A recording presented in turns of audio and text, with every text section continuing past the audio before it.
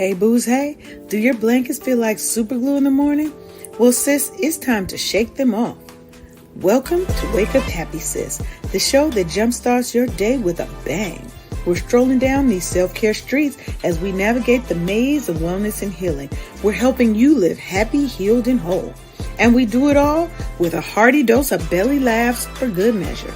Stay tuned and get ready to wake up happy, sis. Welcome, everybody. It's your girl, Leanne Dulce here on the Wake Up Happy Sis show. And, as always, we broadcast live on KCCR Cityscape Radio, where we're changing the narrative for our Black and Brown people because we are always telling our stories our way. Today, we're diving into Familial Fireworks, and we're talking about how we gonna get through these holidays without hurting somebody, right? How are we going to turn sometimes often negatives or conflicts in families into harmony and peaceful, happy family gatherings? And I happen to have such a special guest that I'm honored that she is able to grace our presence, Dr. Ajetta Robinson of the Legacy Wellness Group. Now, she is also known as the Experts Therapist. She's a grief and trauma therapist, an award-winning and best-selling author of the book, The Gift of Grief, a practical guide on navigating loss. And we're definitely going to talk about that because I need to know all about this book, and you guys do too. She is also a TEDx speaker, an international speaker, and an income strategist. In short, Dr. Ajetta has it going on. So, how are you today? I am well. How are you? Thank you so much for having me. I am doing well over here. It's been a week. This last week has been so much stress. But you know what? I made it through. It is Thursday. We almost at the weekend. And I'm doing good. Good. Excellent. So before we jump in, let me say hey to all our Instagram people.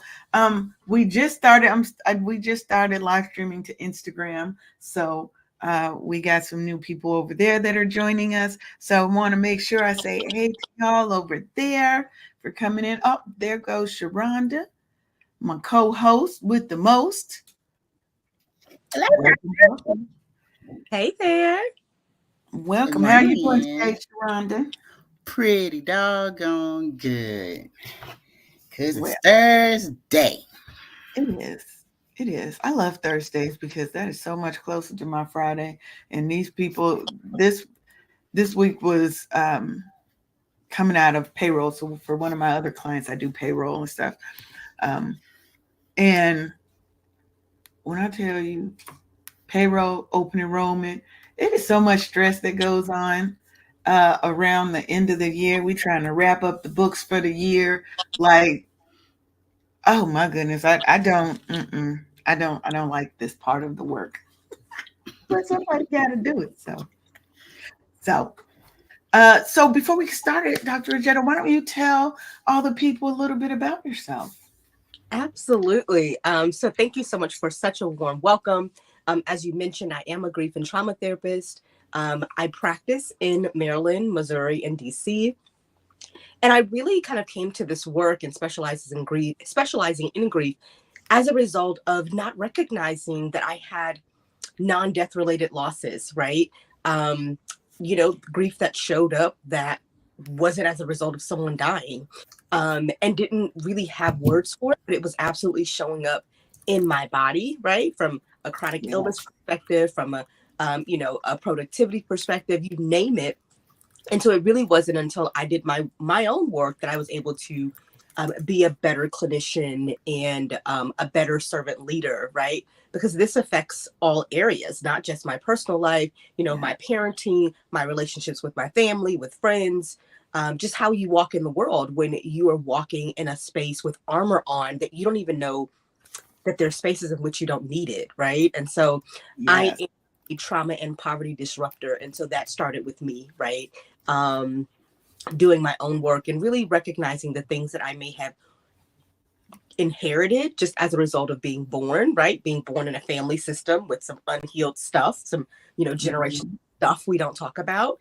And so I spend, the bulk of my time working with clients, both from a direct practice perspective or clinical perspective, as well as my consulting clients who are growing their business, really talking about the ways that unresolved grief and trauma and mental health and wellness kind of just show up on that journey, and the way that we can kind of take our joy and our power back by doing really Yeah. intentional work, right? So that's who I am.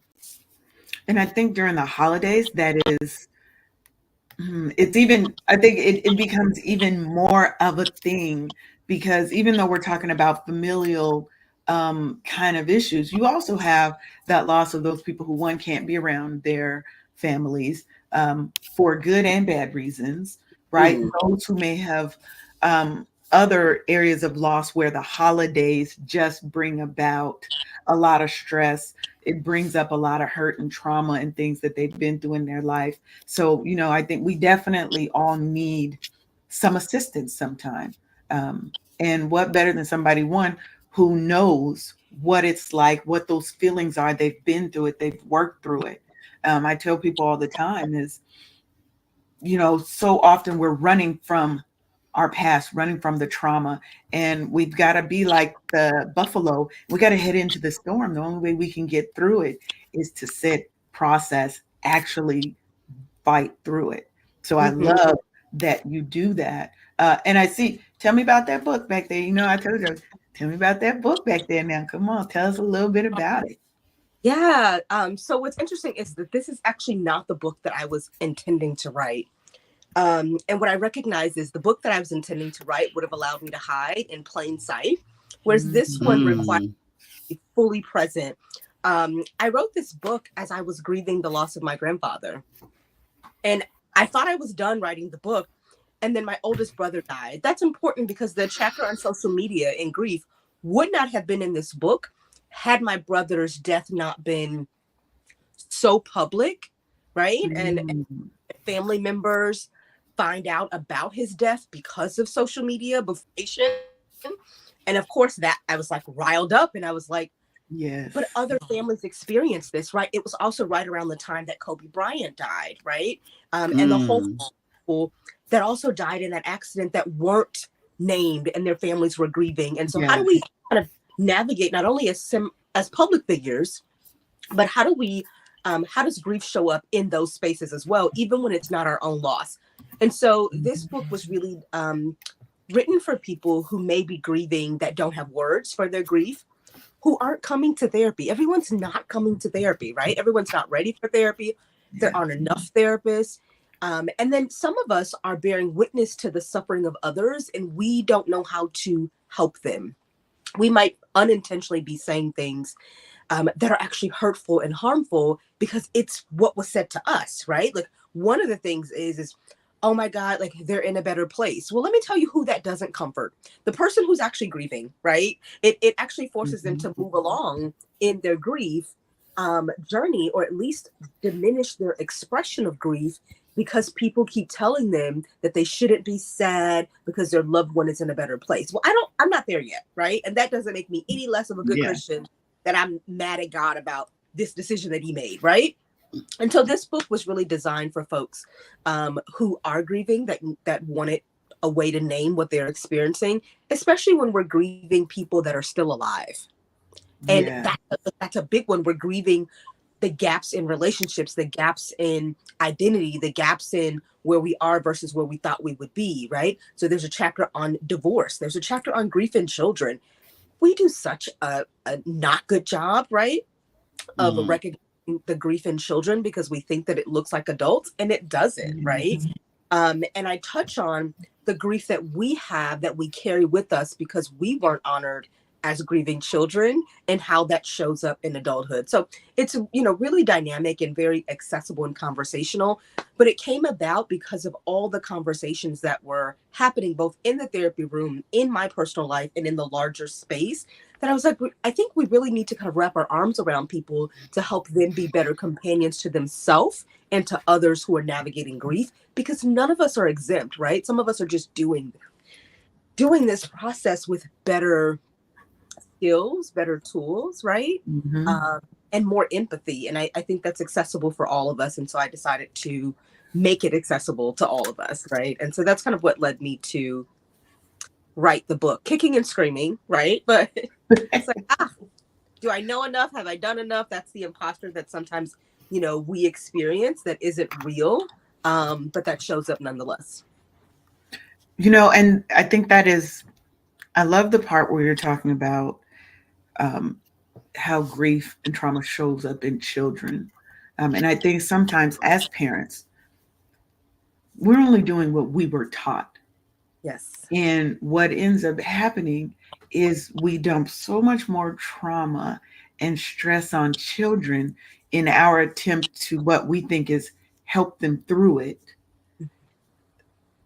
And we leave them with so much more trauma than help. And especially in Black families, when I was growing up, we didn't talk about things like getting help, therapy, mental health. They weren't topics. What happened in our house, in our family, stayed in our house and in our family.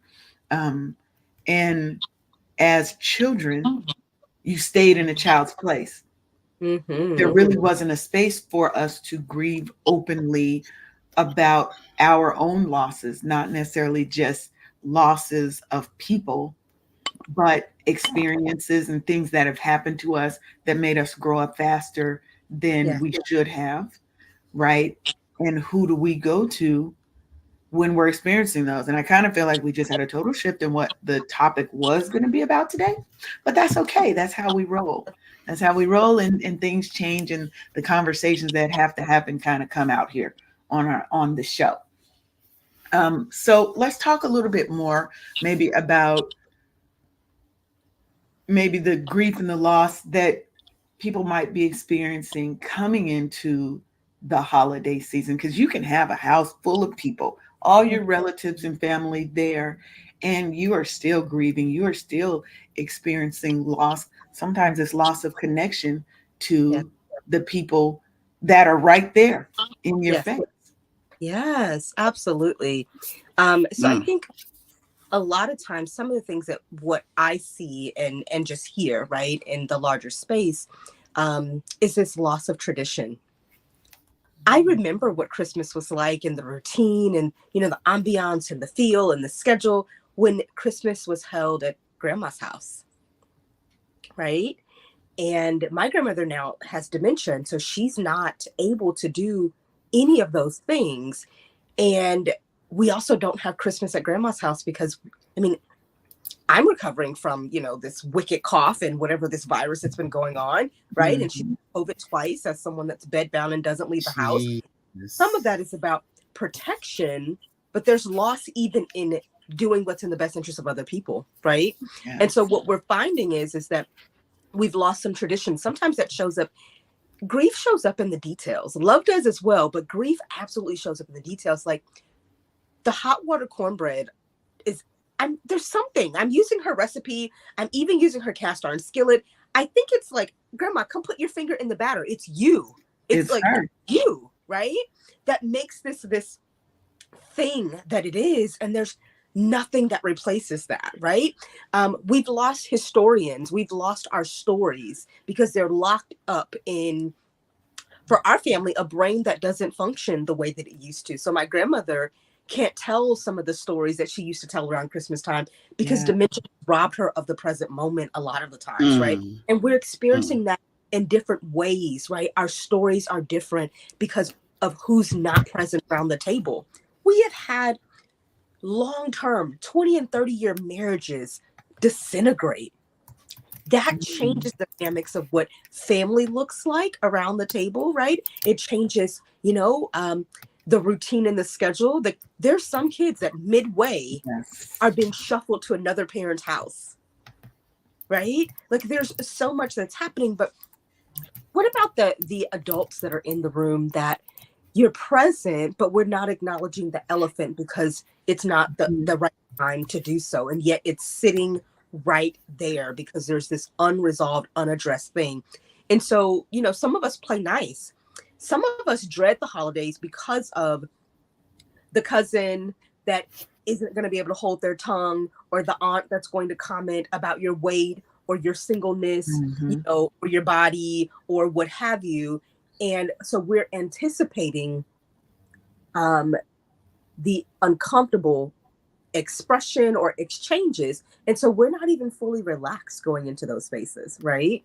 Yeah. We're on guard, so to speak, because we're not sure what to expect, because we've lost tradition, we've lost routines, we've lost the sense of normality, right? And I think those are some of the symbolic things that folks are in the relationships and the details that folks are navigating, that they're not like, what do I say, right? Because I can't, quote unquote, check that aunt because they're still my elder, right? And so the Mm-hmm. power those that show up at these times, I think, can get acute. I definitely agree. I think back to when um, I was growing up, and even in my adult years, we still had Sunday dinners at my grandmother's house. Okay.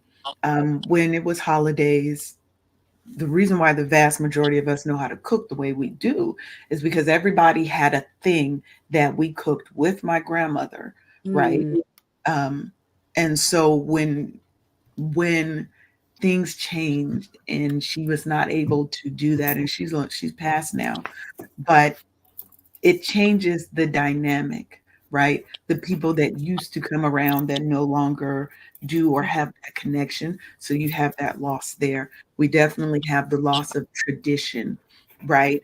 Or even just the loss of relationships with people that maybe she was holding those things together. Because mm, there's people that in my family that I don't like and I will not associate with. You can be in the same room with me, but now there's that uncomfortable silence because I'm acting like you ain't even there. So I mm, can't even be mm, comfortable in my own family setting. So a lot of times I don't go home, mm, right? mhm, I stay here. I'll stay here by myself. Sometimes I don't even the holidays, I don't really celebrate holidays anymore. It's mm, not like I raised my kids. My daughter has her own kids. They have their own traditions and stuff. And I kind of feel like I did my part. Now there's really no, I don't, there is no tradition for me. If I cook, it's just really because I want to eat dressing. That's the only tradition there really is the dressing, the food. The rest of it, I definitely feel that loss of tradition, of those familial connections, um,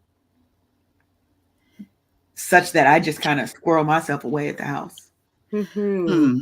Well, my son and his friends, they have this thing called Friendsgiving, and that's a Mhm. nice little name of what I was doing well before he was born back in my army days and stuff. And it's where you yeah, get to, choose the people that yeah, you get to spend time with, and they don't Mhm. necessarily have to be related to you on this holiday season and stuff. Because in the military, you're often away, from your mhm, loved ones, and because you're working so closely with your teammates and stuff, we become family. We forged Mhm. a family out of necessity and of career and things of the nature.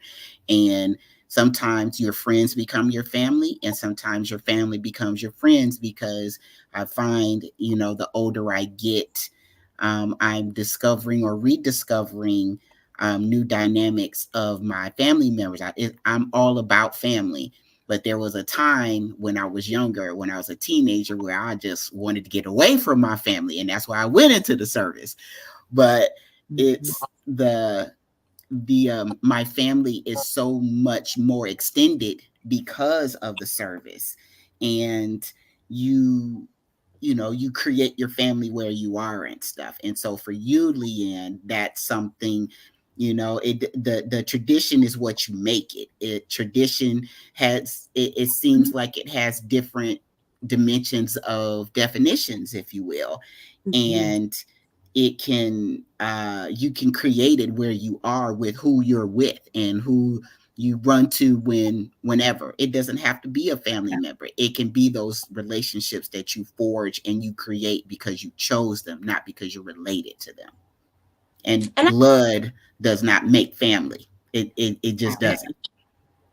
Absolutely. And I'd love to add that the beautiful thing about traditions is at some point someone started it, Hmm. right? And Somebody got to so be first.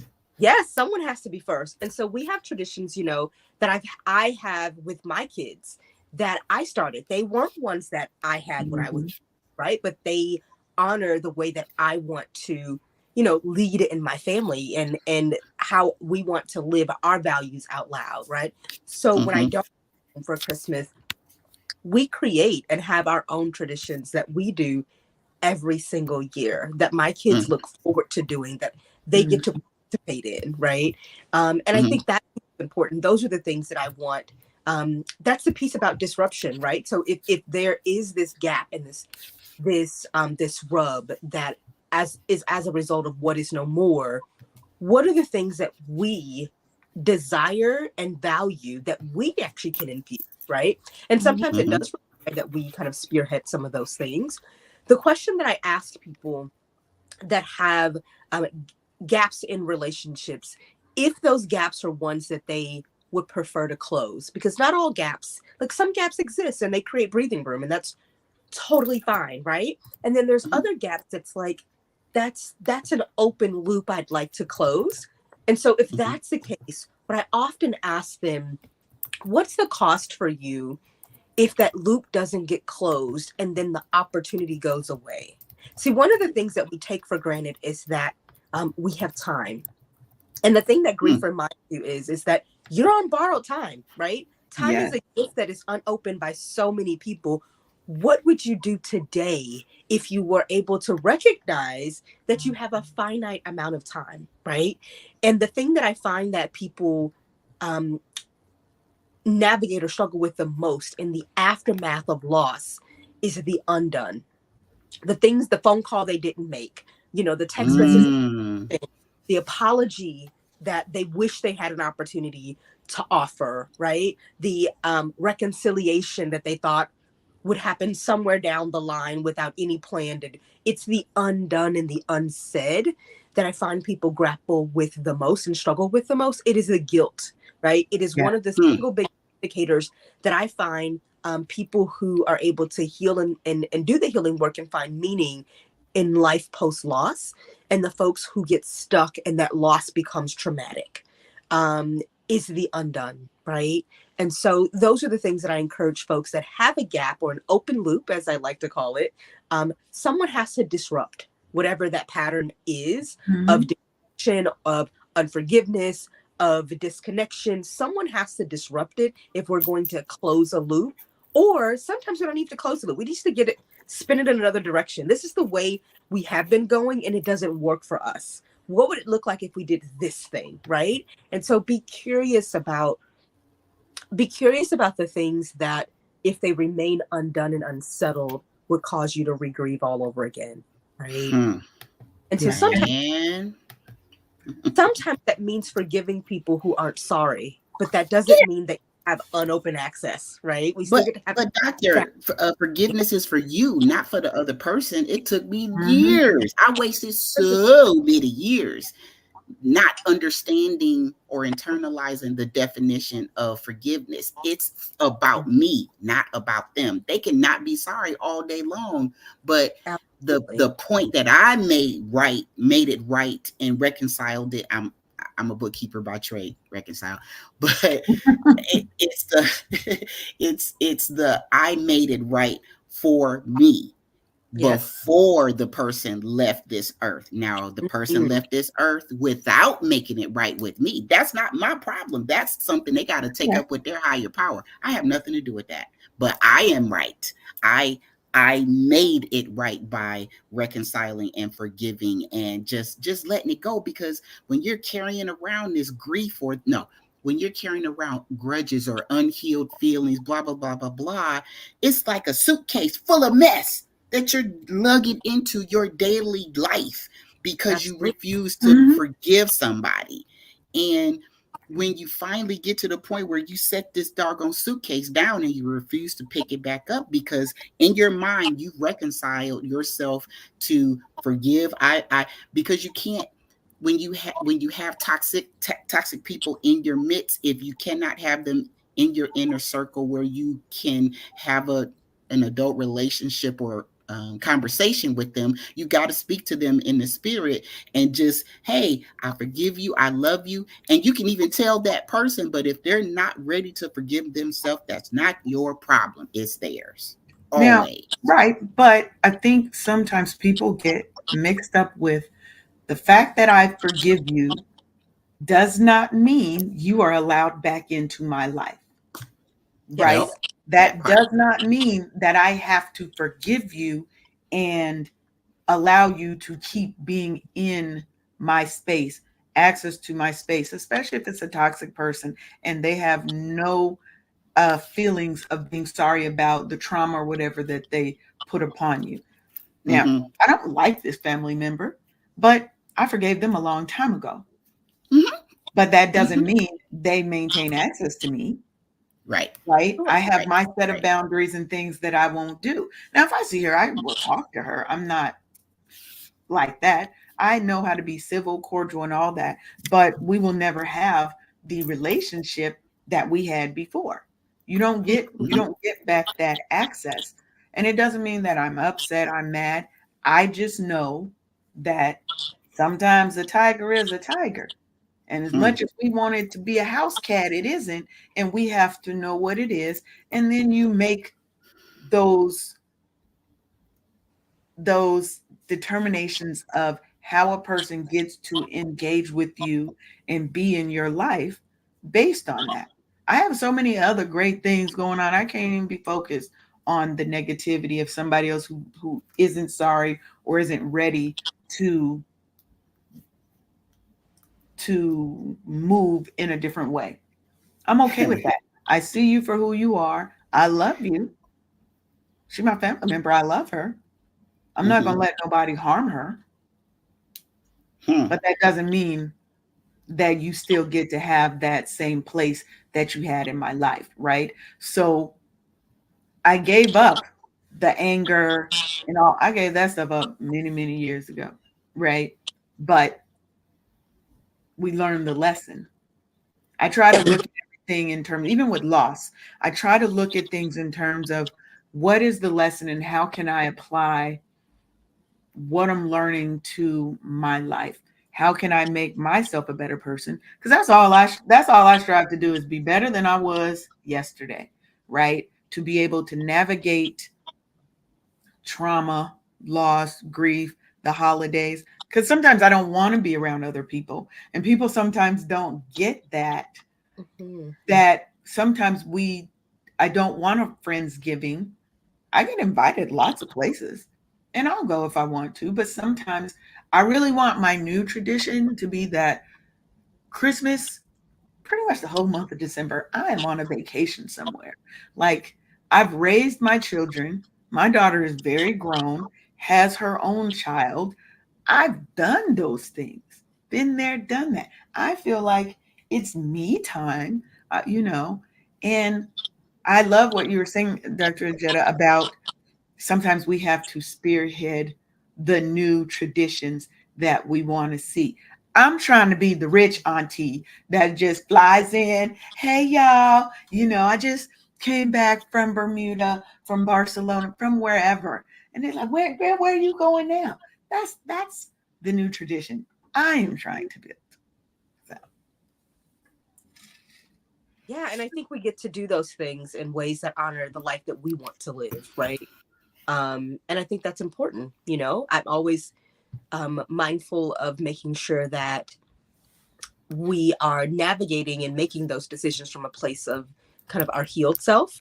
Because sometimes we yeah. make some decisions based on, one of the things that I had a conversation with a client recently about, and this has just been coming up in themes, is the absence of pain is not joy, right? And so Mm, that comes up with a good colleague of mine has a book called I Tried to Travel It Away. And I'm a traveler, right? And so that certainly is not um, kind of a swipe at all at your goals, Leah. And I have similar, like, pack me in your bag, right? But sometimes we are, sometimes it's avoidance, right? And we want to be clear mhm. about what that is.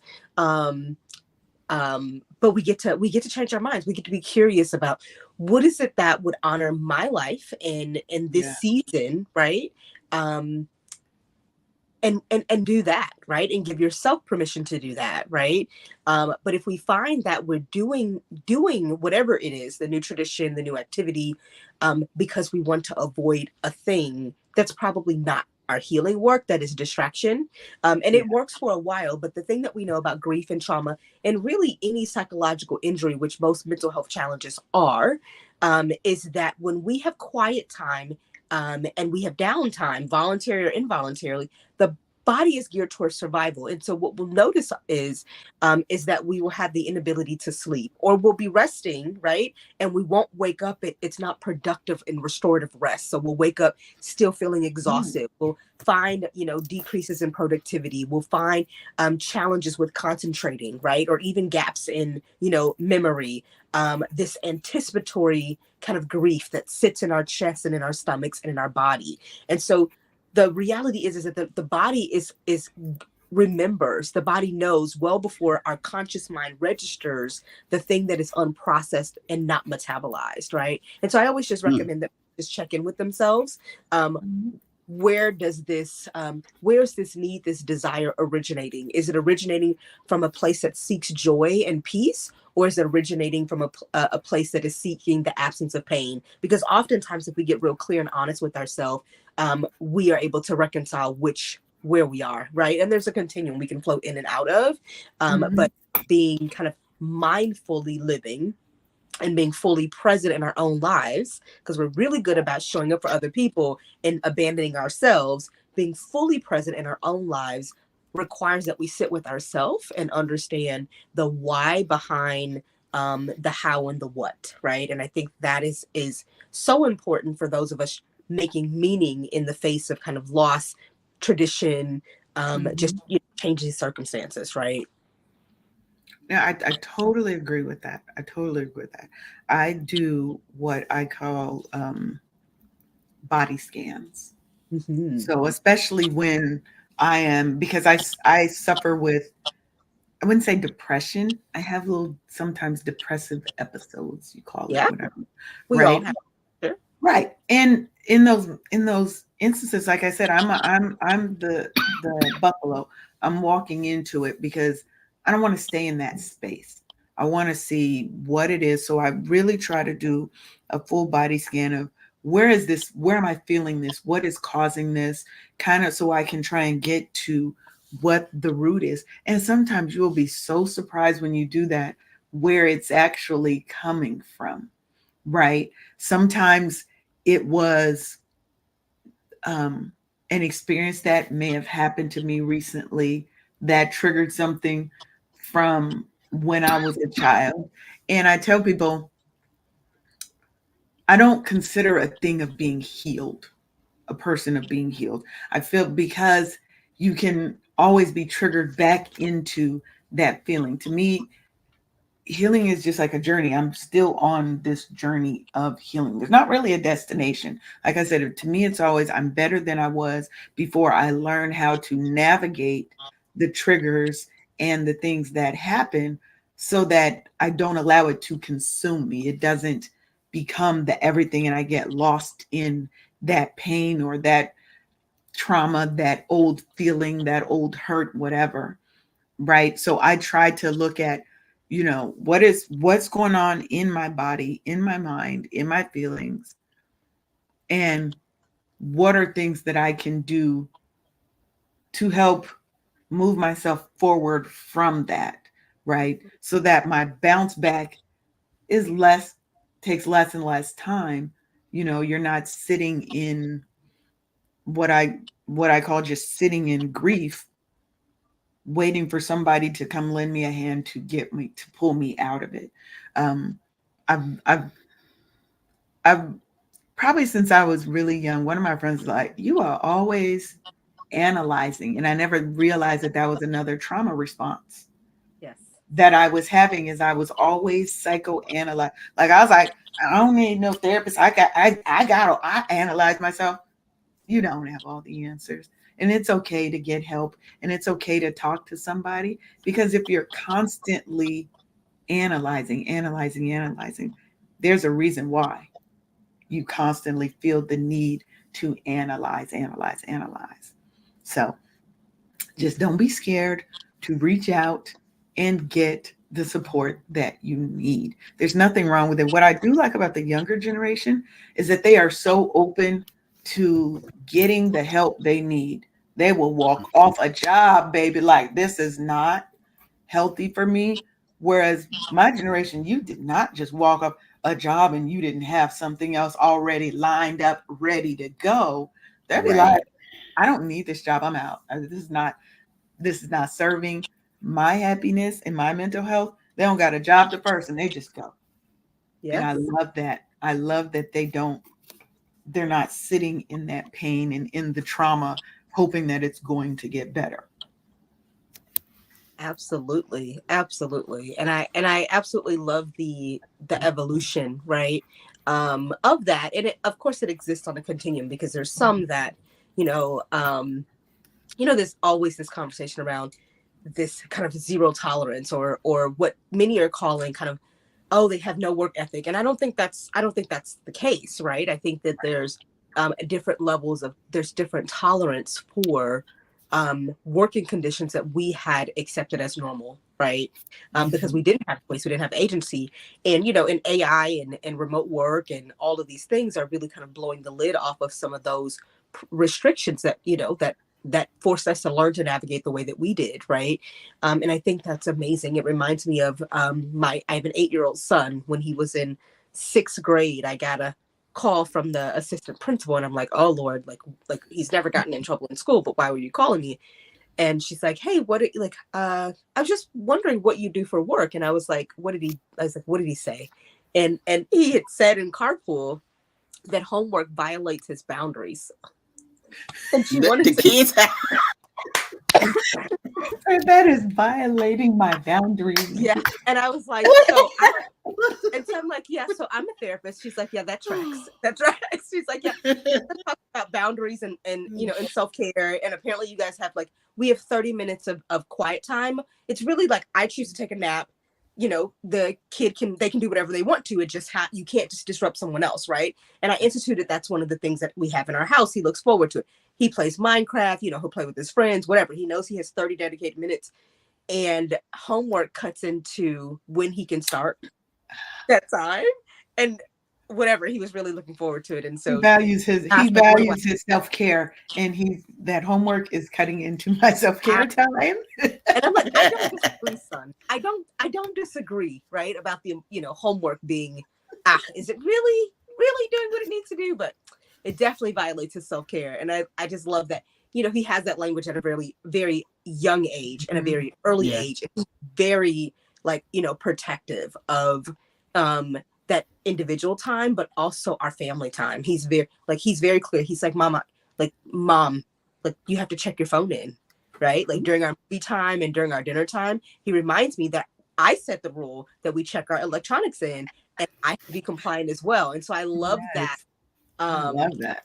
But the other piece that's there, right, that really kind of loops into this conversation is I also had to normalize my children having agency and having voice, because in my household, I never would have been able to say, Mom, you have to put your phone down. Say Or, Mom, it, doctor. Say right? it. Like, it would have been disrespectful. To this day, I don't say the word lie in front of my grandmother. I say, oh my God, you're not being truthful, or you're telling the story, because lie was a word I couldn't, right? Right? There's still cannot. And I'm a full adult with kids, with credit, with a mortgage, like all the markers, right? You paying the bills. I'm Yeah. paying my bills and her bills, and still can't go in that front living room. Okay, let's be very clear about the front living room that only the church it's man okay. is allowed in, right? Right. You You are gotta have not a healthy normalized chair. Yes, ma'am. you go out the kitchen door, you can't walk through my front room. Hello, right? But renormalizing and actually not even renormalizing, but creating a space where my kids, I want them to talk to me, right? I'm very interested in that conversation. I learned so much from them. And what I recognize as a parent is for many of those scripts that we received and that we inherited, one was to keep us safe, right? Like, no running outside, Mhm. all the things we couldn't do in a store, right? How we had to behave in a store so we wouldn't look, all the things that we inherit as, Black kids growing up, because being a Black kid in and of itself is not the issue. It's being a Black kid and a Black woman and man in this Yeah. country that creates the structural and systemic kind of racial norms, right, around how we raise our kids. And so one of the conscious disruptions I had to make was from a parenting perspective. It's like there's things that I still need to do to keep you safe when you leave my home, but home gets to be a soft place for you to land always, right? And that means that I can't expect for you to be able to advocate for yourself if someone is mistreating you at school or in the workplace, if I don't give you a place to practice Mm. advocacy and self-expression. And so my ego and my sense of control, because that's really what it is, right, has to take a back burner to developing children who know themselves, right, that know Mm. themselves in my presence. And so I get to learn who each of my kids need me to be as a mom, because I'm open to that. Parenting is fluid, right? Yeah. And our Yeah. traditions and norms are adaptive, right? I don't want my kids having an adulthood to heal from a childhood I could have made safer. And I think that's the Mhm. challenge that shows up for us around holidays, is that we're walking into family traditions, norms, and customs where we have to be small again. We have to be childlike again, so as to honor the hierarchy that exists within family structures well into adulthood, right? Because the family Mm. doesn't pivot, right? And so I think those are the things that kind of example showed up for me, and that's one way that I get to honor the things that I receive, but also the things I didn't receive as a kid, is to be able to kind of navigate that gap differently with my kids. And I'm like, hey, y'all, well, this is trial and error. We're figuring this out together because this is new news to me, right? And being able to have, I think, the courage and the flexibility even to kind of parent and learn alongside them. Yeah, I definitely think so I have conflicting thoughts of the concept of, because what you're bringing about is what brings me to like the gentle parenting thing, which I was not. I'm just going to be 100% honest. I was not. I don't necessarily, I buy into certain aspects of it. I do think children need to have a voice. And I think there's a way for you to introduce that and teach your children to have that voice in a respectful manner, right? To um, not think that having a voice means you don't get to still follow the rules and the guidelines and the boundaries and the things that are set up in the Sure. household and have discipline and all of that, right? And I think so. I think there, like you said, it's a continuum, right? I'm not overly gentle parent. I'm also not overly beat the hell out of your kids until, beat them into submission, Sure. right? And I think that as we do that and as we kind of change our traditions in our family, we have to find a way so that when we go back into the larger family dynamic, I don't play small for anybody. I don't care who you are, right? I will be respectful. I was always respectful to my grandmother and, to elders, but I'm a grown ass woman. Pay all these bills. I do help pay some of yours too sometimes, right?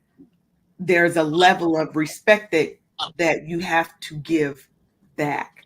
And I know it's harder with older generations, something because that's just not who they were, right? But my daughter now, whereas when she was younger, she probably wouldn't have told me anything, right? Because it was definitely a do as I say, period. Right. But now, my daughter as an adult, we could talk about anything.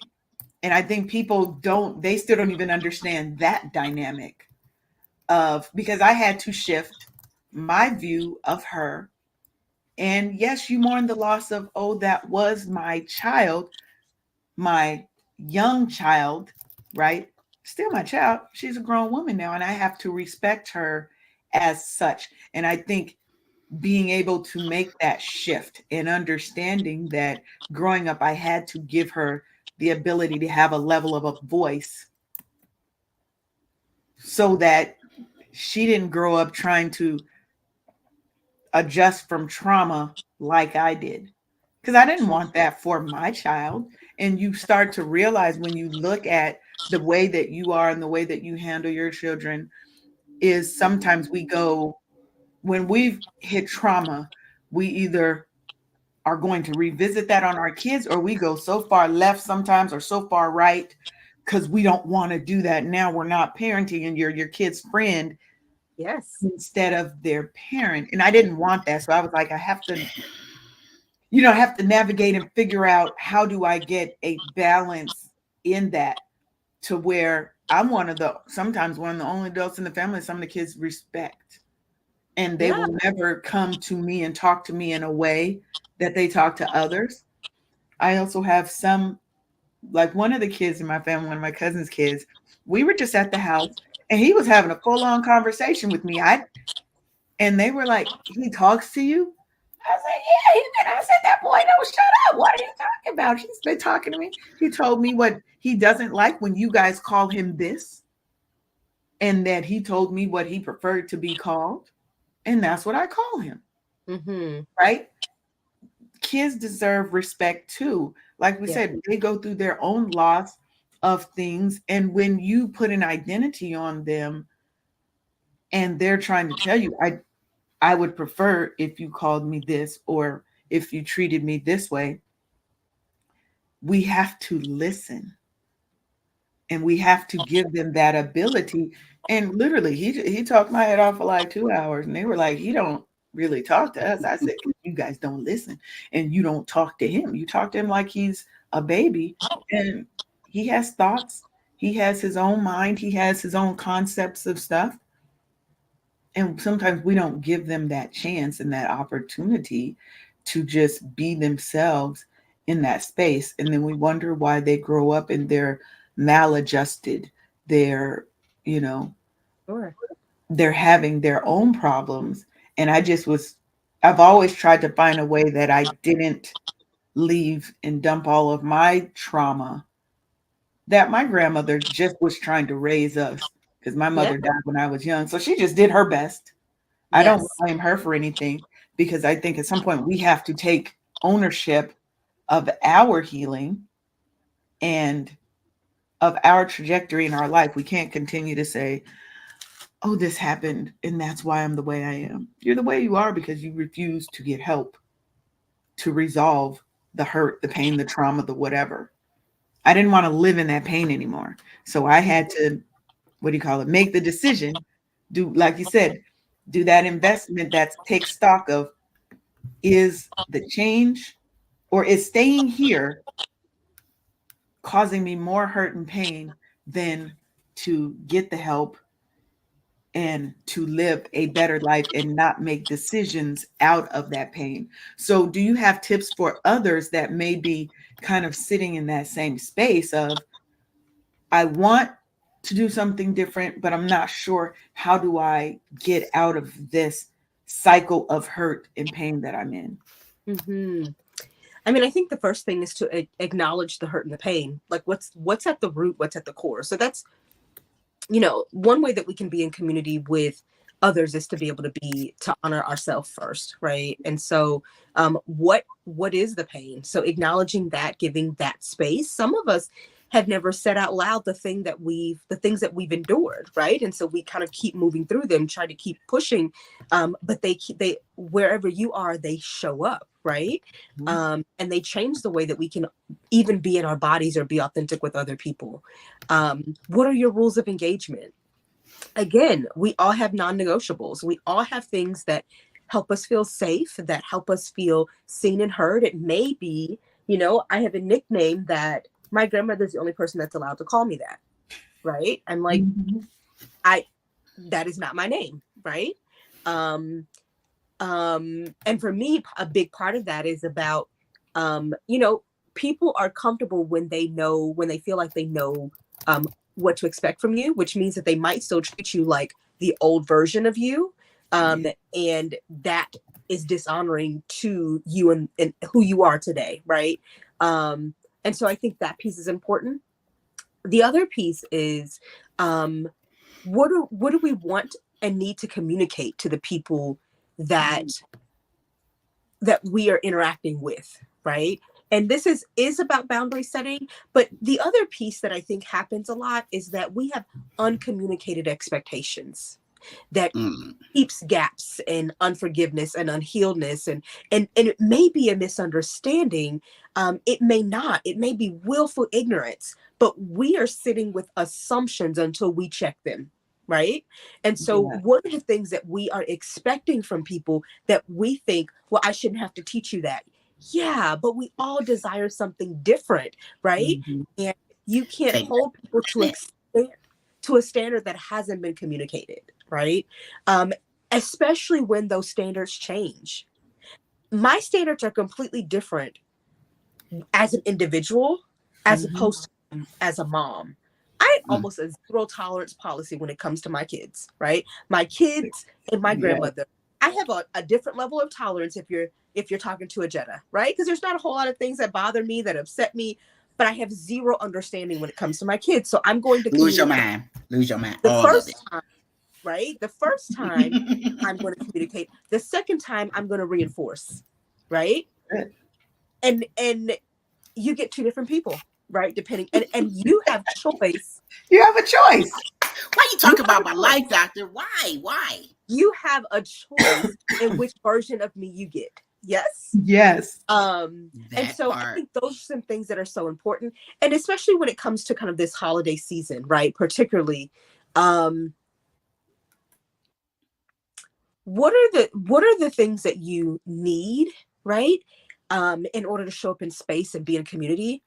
And that may mean that you need to drive yourself so that you have the room and the freedom to leave when you need to, right? It may mean Mm. that, the outfit that you wear, right? I might need to dress down because dressing up is actually not for me, it's for someone else. So, what Mm-hmm. allows the most authentic and cared for version of yourself to show up, right? That also may mean that you do, there's some things that we do on, the day before a holiday, because that's when I have energy, capacity, and the willingness, right? Mhm. Because sometimes we're doing things because we should, as opposed to we ought to. And so I'd rather you kind of check that against, is this something I ought to do? Because should is an expectation, right? That may not even belong to you. So I always like to filter whatever my behavior or actions against the thing. Does this belong to me, or is this something that I've inherited from family, from society, from whomever, but Yes. does it belong to me? Because I don't have to accept every invitation that's offered, right? Got a And I choice. think the last thing is that, you know this, I think, throws some of my members of my family off, but I think they've, in the beginning, they are used to it now. Is I say no thank you. I've stopped apologizing. Oh, I'm so sorry, blah blah blah. I'm not. When you invite me to something or issues, even if it's a conversation or whatever it is, my response, if it doesn't align for me, is no. No thank you, right? And no is good enough. No is a complete sentence. Mm-hmm. Those are some things for us to kind of practice, and be clear about, who does that belong to? How do I want to show up or not, right? Both of those are Yeah. allowed and okay. Um, what are my non-negotiables, and have I communicated those, right? And so I think those pieces are so important as we navigate time with family and intentional time without, right? And I think that is, those are some things that I found to be helpful for many of my clients. And I And so, think, oh, go ahead. no, I just saying it applies to me as well, right? Yeah, and one of the things that I really like is the uncommunicated boundaries, because I think there are so many people who,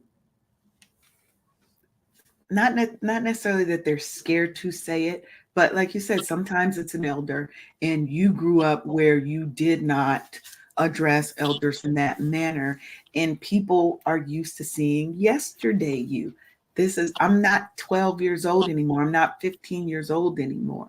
Mhm. And we we don't address it, but we still want to be seen as who we are. And I think there are ways, and it takes time. It's not, you're not going to be comfortable doing it the first time, but I will wholeheartedly say no, thank you. And I think that's funny that you use that, because I do that as well. No, thank you. Yeah. I mean, because I, I know there are certain things that I know if I go into that situation, there's a trigger that's going to happen. And Mhm. sometimes it isn't that people are being malicious. It's just they're used to interacting and engaging with you on a different level. And I'm no longer that person. I'm not going to continue to put myself in situations that I know may not be helpful for me. Mhm. Right. Mhm. And I say, oh, no, thank you. I'm good. I I'm got good. something for Thank that. you. You know what I mean? But thank you for thinking of me and inviting me into whatever. But no, thank you. I'm good. Yes. I got And something for that. It's the my cousin says I'm gonna do a Sharonda. I'm like, what you mean? What am I a verb now? What is that? She's like, cause you love from a distance and you just because it's what like your son said, doctor, about boundaries and stuff like that. If I even feel like it's about to be some BS, I love you, but I'm gonna be over here. I'm gonna love you totally from a distance because I can't afford to have you inside my, inner circle and taking up real estate in my mind because you want to bring drama that I'm not participating in. I love you, but I'm gonna be over here. So that's my equivalent of no, thank you. Yes. We're not doing that. absolutely. And that Period. can be done with in love and without judgment, right? But Yes. Absolutely, about it's about your peace. absolutely. And it's about Very not abandoning yourself, because I think we're nurturers, and that can naturally lead you to be a people pleaser. And then the other piece that is the reality is that we don't want to be excluded, right? Like totally, because if you say no to one thing, people are like, oh, she's not, and then they don't invite you to other things. And we may not like no one wants to be excluded, right? We right. want to be a part of, even when we have boundaries. Like, hey, like I'll drop y'all off at the club, but I'm not going. And I used to be the cousin, like, hey, where we going? Right? I'm no longer the cousin, right? My check knee light is on now. I'm not going, right? I got asthma. I'm not going, right? And now I have like I'll drop y'all off, and I can even be the designated driver, but I'm also not going, right? And that was a relearning, because I absolutely was the one that was like, okay, so like we'll just go home, shower, and then go to work afterwards, right? I am no longer I am no longer, right? Like, Oh, why you talk right? about our life, doctor, Listen, Right. again? Because Oh, when I tell you I'll be out, if I'm going out anywhere, I'm leaving my house about 6:30. So by 9:30, 10, I'm already back home. I was like, oh my God, I'm officially the old people. And I love it. And I listen, I understand why they do it. I was like, I was missing out on this my whole life. listen, man. day Mm. party me, okay? It doesn't day party me, because anything after 6, I'm gonna need a nap, right? Like absolutely. So I am not the Yes. fun cousin, but I'm definitely the passport cousin, okay? So you just need to know this about me. I'm definitely not going, right? And I'll see you tomorrow, right? I'll see you That's tomorrow. it. Not too early. Not too early. I'll Right. see you in the Don't two call me. digits Don't call me tomorrow. at 7 o'clock. I'm not gonna answer. Don't call me before the two digits, okay? If the two digits haven't started, I'm phone another friend, right? And so again, it's about Get communicating somebody else to boundaries do it. 100%, 100%, right? I am in Oh, total agreement. Yes, yes, yes, yes. Well, But we have come to the end of our time. Oh my gosh. my gosh, Yes, yes, yes. goodness. It has been an hour, and I know Dr. Ajeta has a lot to do. Uh, and I thank you so much. So, absolutely. again, let the people know where they can get that Hmm. fabulous book.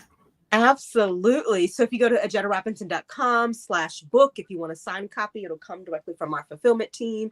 That's where you can grab that book. You also can grab it on Amazon. It has been sold in every single continent. Way to And so go. you can get a copy of the book by either going to Mm-hmm. directly or going directly to Amazon. And I'd love to stay connected with, obviously with you all, as well as with your followers. I'm Dr. Ajetta Robinson on all platforms. My name is too unique for me to hide. So if you run across it, just look for this face. Yes. Make sure, Wow. go to our website, JettaRobinson.com. I'm about to say doctor. And check her out. She's fabulous, as you guys can see from Absolutely. today. Uh, and I want to thank you so much for sharing with us. We actually kind of did still talk about the family conflict. You see, Yes.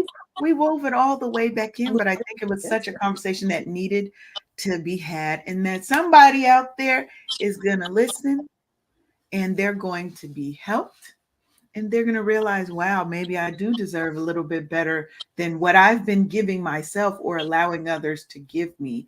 And so let me do what I need to do, get the help so that I can live my best life. Because that's what we're all about here. We are all about living our best lives. So, with that, I want to thank y'all for tuning in to the Wake Up Happy Sis show with your host, Leanne Dulce and Sharonda Seeley, and our special guest, Dr. Ajetta Robinson.